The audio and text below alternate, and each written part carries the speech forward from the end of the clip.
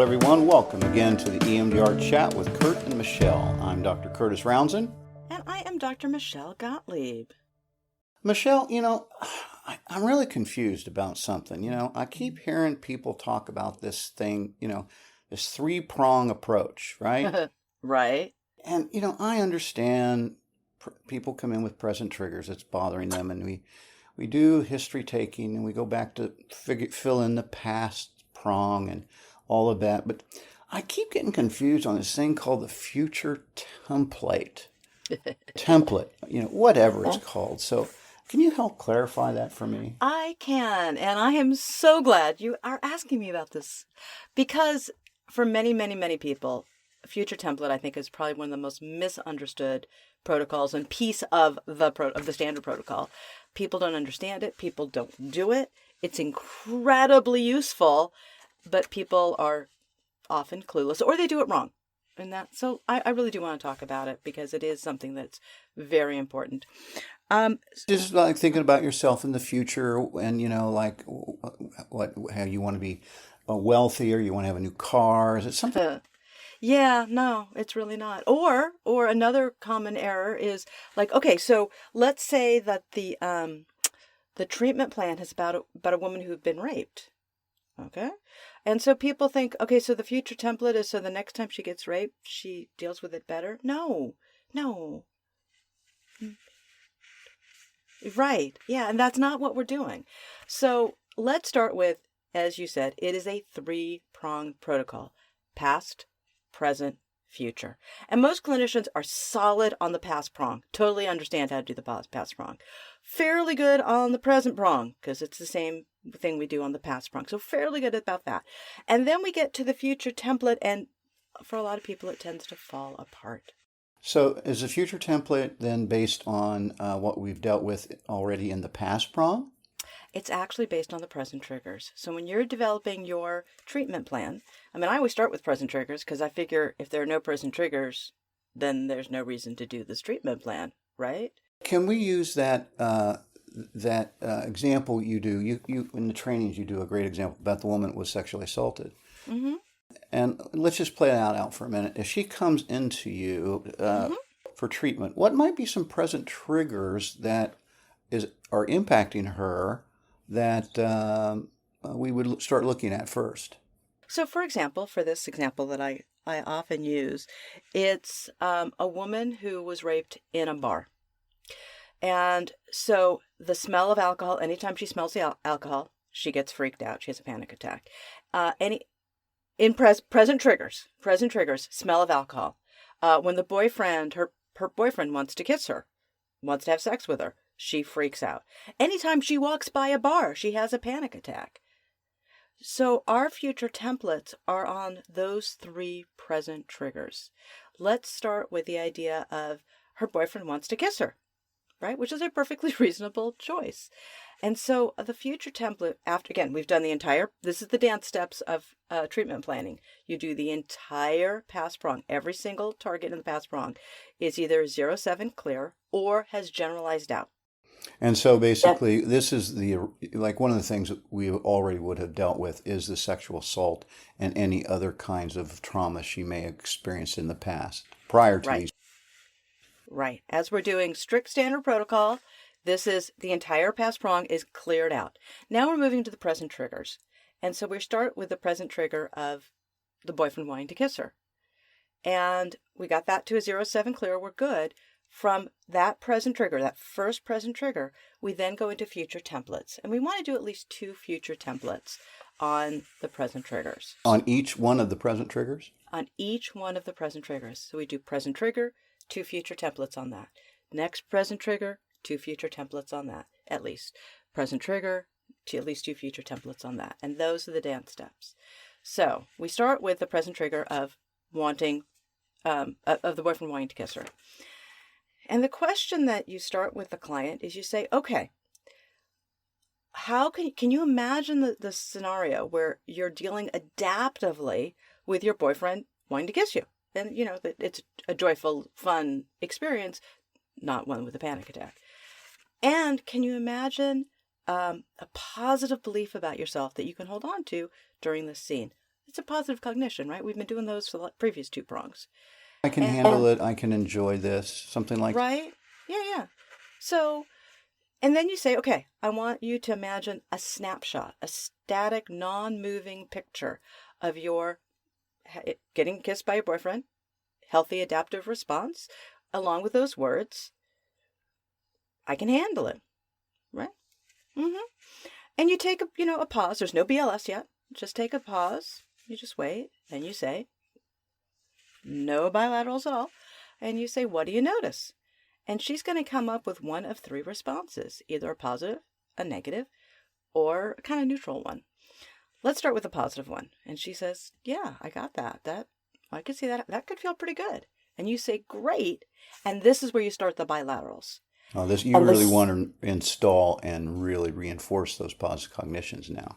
Right? And we are trying to get the validity of cognition, the VOC, up to a VOC of 7, just like we do in phase 5 installation, same kind of idea.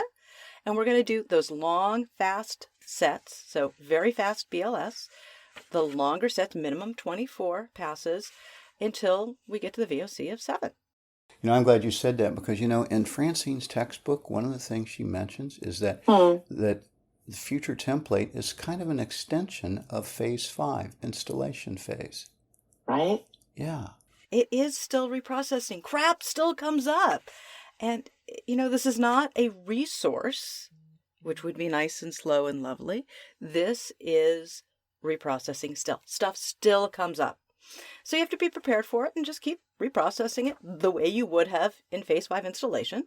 Just keep on going. So you mean if something negative came up, I would have them focus on that and do bilateral stimulations until the disturbance drops? Exactly. For example, I had a woman who was a breast cancer survivor, and we did a beautiful, pristine treatment plan. We did everything in the past prong. We did the present trigger. We're in the future template.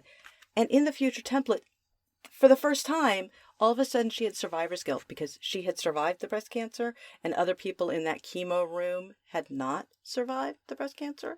And so suddenly she had survivor's guilt. And so we just kept doing sets until that had dropped and she could get back to the VOC of 7. That was the first time we got there. And if we had been doing slow, relaxing as a resource, we wouldn't have gotten it. It would have still been there and it would have been a problem for her. So still reprocessing. Yeah. So what you're saying is that the eye movements or the bilaterals are fast and long, just like in phase 4 and 5 and 6. Yeah, absolutely. So that's the positive one. Let's say it's a negative one.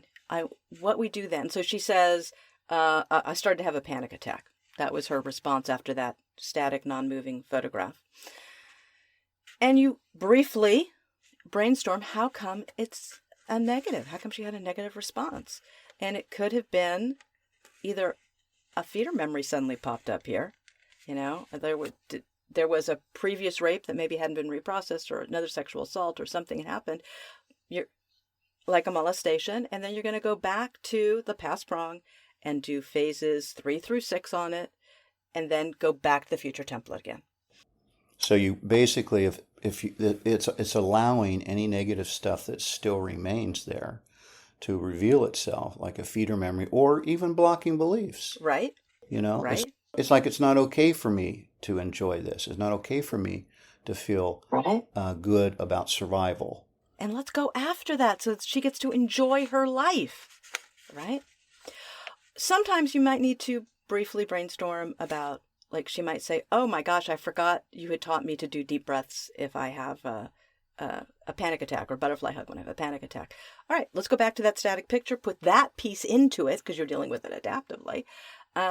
And now how is it for you? And now maybe it's a positive. The best, go ahead. What were you going to say, Curt? And that's kind of what we do too if there's a neutral response. Mm-hmm. Often there's a missing skill set that we have to talk about and brainstorm. Becomes positive, yeah. And so we do that, and then we can redo the scene, and then it becomes positive. And so, now we're back into, just like phase 5 installation, we're trying to get the VOC to 7. Once we get the VOC to 7, then we say, I want you to run a movie of the entire scene of your boyfriend kissing you, and you're dealing with in an adaptive manner with the words, I can handle it, I can enjoy it, whatever those words are. From beginning to end, I want you to picture that scene with those words. And this time you're doing nonstop bilaterals. And your client's going to tell you when they finish the scene. And of course, when they finish, the first words out of your mouth, because anytime you do bilaterals, anytime, anywhere, the first words out of your mouth are always, what'd you get? Right? What'd you notice? Right? Those are always the very, very first words out of your mouth. And if they say it was great, fantastic. If they go, well, it was mostly good except for, right? Do a few normal sets around whatever that disturbance was, and then run the movie again until you can run the whole thing clearly. And then, okay, now you're not quite ready for a happy dance yet, but we're getting closer. Then we're going to do a challenge. So I want you to imagine that scenario again, but this time maybe he'd just taken a drink of a beer. And so he's got the smell and the taste of alcohol in his mouth when he starts to kiss you. So I want you to run that movie with the words, I can handle it, I can enjoy it, whatever that is, and nonstop BLS until she gets to the end of that. And make sure she can run that one cleanly and happily. And now we do a happy dance. Yes, you do have to. The other thing is that if that was one of the present triggers, you may need to run a future template on the smell of alcohol on his breath Right? as another future template. Because every single present trigger, every last one of them needs at least 2 future templates. And you can do more. Like, say we were doing a treatment plan about public speaking. And, one future template is about just doing it. And then maybe the challenge is technology issues, and another challenge of your boss looking at you with a mean look on his face, and another challenge of someone standing up and walking out of the room, and another challenge of your brain, absolutely losing what you were supposed to be talking about, right? So you can there's no limit to future templates. That's so wonderful. I know. And Now, let's talk. Yeah, go ahead. Now, I've got a question. Mm-hmm. Is the future template always done in the order of past, present, or future? Or can you use the future template sometimes for other reasons?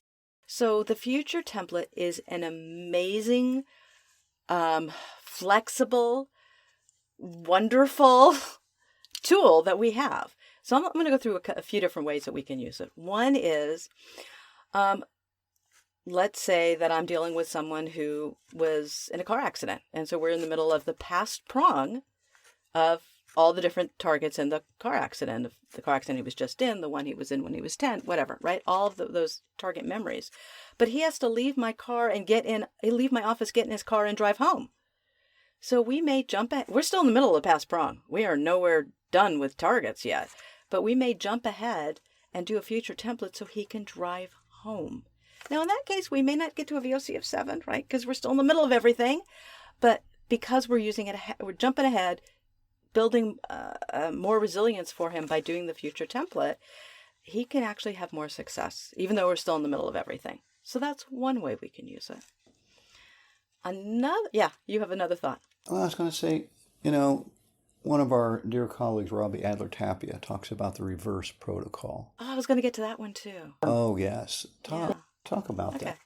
So one of the things that happens with some of our folks, and I know y'all have had clients like this, that they cannot even imagine a scenario that there's any hope, that they're ever going to get better, that anything is going to change at all.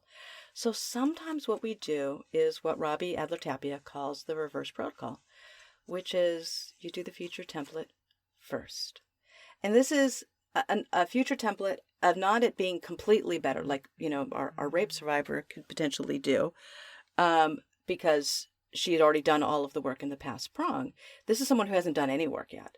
So you're just helping them imagine a scenario where they're 3 steps ahead of where they are now.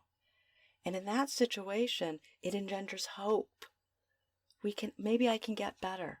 And then you do it, the whole protocol backwards. You do future template, present triggers, and then the past prong. And it can be incredibly powerful, especially for our fragile people or complex PTSD folks who just, I will always be this broken. They have absolutely no concept that they could ever be different. They're too defective. They're too broken. Nothing will ever fix me. Right. the thing that reminds me is that, when I went to graduate school back in the, Neanderthal days, we used to do a thing called future or mental rehearsal. Mm-hmm. And it's the idea of thinking about us doing things like in peak performance work. Sure. With athletes, Mm-hmm. Professional players, amateur players, things like that, seeing themselves go through their exercise and mentally rehearsing it. And in a way, for those of you that have been out there for a while, the integration of this in the future template, including the bilaterals, is really kind of the genius of what happened. Sandra Falster and Jennifer Lendl many years ago Mm-hmm. began working with this in optimal and peak performance with Olympians. Mm-hmm. And this was sort of an extension of the future template. So imagine this scenario. You have someone who you're dealing with the rape. Let's go back to that as the example. And she has to, let's say she's a clinician and she has her licensing exam coming up. We may have to stop the work on the treatment plan about the sexual assault and move to doing future template on her successfully passing her licensing exam. Right? So can you see how amazingly useful this protocol can be? And the other thing it illustrates is that, in the beginnings of all our trainings, we tend to be very rigid in how it's done because the standard protocol is what we just, the past, present, and future prong. And we tend to be very rigid, and we do that in order to get the basic skills embedded and, become automatic. And then once you've got that embedded and automatic understanding of the standard protocol, then in our trainings, we call it's the art of EMDR therapy. Right. Begin to see the flexibility and the ways that you can use it, always knowing where you are and always know how to get back to standard protocol when you can, and always being able to be flexible when things come up that may prevent that from happening. Right. And understanding what your client needs, entering into the therapy with them for where they're at. And it can, again, future template can be a great place to start for a lot of people because they just can't start anywhere else. Yes. Well, thank you, Michelle. That clears up that confusion I had when we started. I am so pleased, Curt, that because I'm sure you had no idea how to do it. But I mean, quite honestly, when I've talked to a lot of my consultees and, people on Facebook groups and whatever, there is a lot of confusion about how to do future templates. So I hope recognizing that it is fast bilaterals, that the scripting that I gave you when I kind of talked you through it, that this is now making more sense for people. And so I have to tell a quick story. This was probably 7, 8, 9 years ago. I was at a conference. Francine was talking, and she said, three-pronged protocol, past, present, and future. And I sat there and went, oh my God, future. Oh my God. I haven't been doing future with my clients. I went back home, started doing future template, and, this stuff is really useful. It made such a difference. And I was just going to say the same thing, as a lot of times people have been practicing EMDR for a while. We could call it therapist drift. Right. And we know that the desensitizing and reprocessing works so well. Right. So we just stay there and just do that. And oftentimes in the zeal and happiness, our happy dance of desensitizes as terrible things, we forget that there are future templates for the present triggers that complete the protocol. And so useful and so important. So thank you all for listening. We really appreciate your hanging out with us. If you have any questions of anything that you want to have us cover, please let us know. Send an email to us at EMDRPT for professional training @gmail.com. As always, we have a coupon for you for listening and for us to thank you for listening. And you'll find that in the comments section below. And have a great day. And till next time, keep processing and reprocessing. Thank y'all.